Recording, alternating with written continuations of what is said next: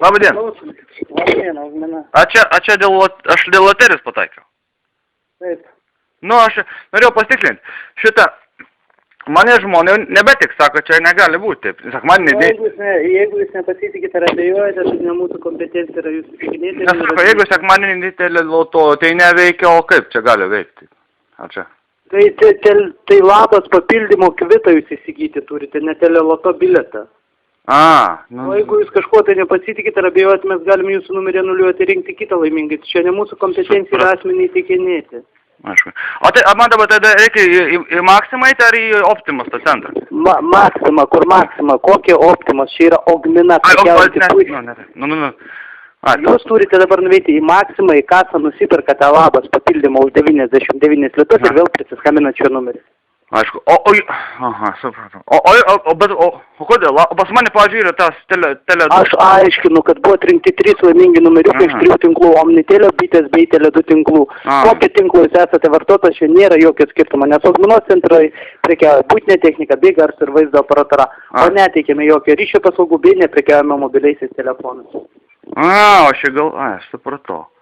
Nu gerai, tvarko, einu, atprašysiu Adelės, tako, duontų 100 litų. Nu gerai, pasuksiu vėliau tada, ne? Iki malonaus. Iki kelių dirbat? Ponas, jūsų laiko limitas ir taip eina į pabaigą. Bet būtinai šiandien, rytoj negu, ne? Ponas, jums dar liko 30 minučių, per pusę valandos nesuspėsite, mes jūsų numerį anuliuosime, rinksime kitą laimingą. Gerai, tvarko. Nu, iki. Labai, čia loterija vėl pataikiau. Čia į Augminos prekybos centrą Dėl tos Išjunkite, ponas garsiakalbį, nes labai dideli trūkdžiai yra. Čia. Nu gerai. Vienu žodžiu, norėjau paklausti. Dabar, nusipirkau aš tą kortelę. Ponas, galite išjungti garsiakalbį? Ar tai paspausiu, aš nesupankysinu. Kažką. Vienu žodžiu, nusipirkau tą... Vardą, pavardę pakartotinę man, sakykite, ponas. Antanas Bertuševičius. Antanas Bertuševičius. Aš jau, rimtai pasim. Jūs atvyksite atsimti pas mus dovanų, ar jums pristatyti į namus? Tai aš nežinau, kaip ten viską tą padaryti reikia, aš nieko nežinau. Tai jūs atvažiuosite pas O kur jūs, aš Vilnius, o kur jūs esate visi? Mes randamės Kaune, Savanorių prospektas 125. O jūs galite atsiųsti, ne? Taip. Tada geriau, kad atsiųsti, aišku. Adresą nurodote? Salomėjos Nėries 418. Vilnius čia bus, taip? Taip. Čia senamiestį ir prie tos senos žodžių. Ir dabar kokiu būdu norėsite atimti 1000 litų čekį grinais pinigais ar mūsų centruose apsiprektinti? Geriau, kad būtų... Ne, geriau pinigais, jo. Grinais? Jo, nes aš... Tai bus suma 1099 litai. Nes kadangi kur dabar išleidot tą 99 litų, jums bus grąžinama 2000 litų čekį. Čia labai gerai, aš savo net galvojau. Supratau.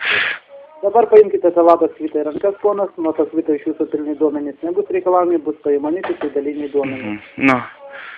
Ir dabar serijos numerį man sakykite, kur 00 prasideda. Kur 00 prasideda? Taip, ant kiekvienos produkcijos yra serijos numerys. Labai žiūrėjau, nesuprantu niekur. Aš galiu tą kodą pas 36. Aš jį bandžiau vedu, bet nieks neišeina, aš nesuprantu. Nieko jūs esate. Jūs paimkite tą labas papildymo kvitą į rankas. Turiu. Dabar susiraskite, kur yra pildymo serijos numerys, apačioje, kur 00 prasideda. Matau, 00. Sakykite. 00, 364. 364. 731. 731? Taip. Kokį jūs čia kvitą nusipirkote? Pildyk, Tele2. Aš aiškinau, labas, ką jūs čia įsidirbinėjate, Antanai? Jūs turėjote įsigyti labas papildymo kvitą už 99 litus, ką jūs čia esate. Tai man sakė, jeigu pas tave pildyk, sako, reikia pildyk, aš nesuprantu. Už kokią sumą jūs nusipirkote? Už 99 litus. Nebūna Tele2 pildyk už 99 litus, ką jūs čia esate. Gerai, nebestump.